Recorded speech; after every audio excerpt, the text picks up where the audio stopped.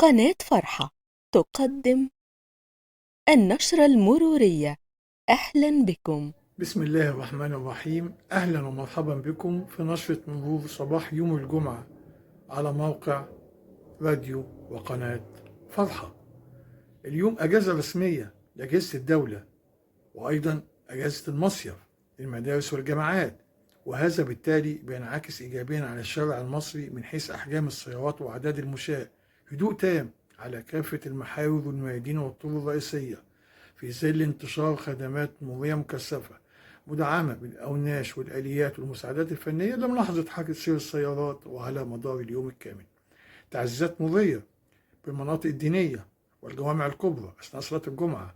تعزيزات مرورية بأماكن المتنزهات، وخاصة المطلة على المسطحات المائية وكورنيش النيل والمولات والكافيتريات والحدائق العامة والحدائق الخاصة، نظرا لتوجه السادة المواطنين لقضاء أجازة نهاية الأسبوع بتلك الأماكن والبعد عن ارتفاع درجات الحرارة ونسبة الرطوبة.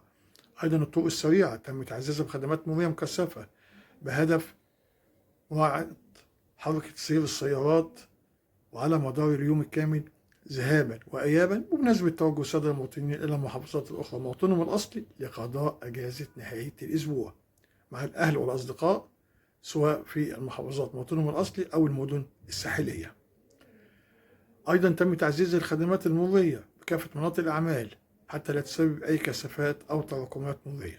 أبرز ما لدينا اليوم غلق كلي لمسطح كوبري التسعين الجنوبي اتجاه الطريق الدائري لمدة 20 يوما، وتحويل حركة السيارات اتجاه مطلع الكوبري، وذلك بسبب أعمال إصلاح مواسير الصرف لمياه الشرب.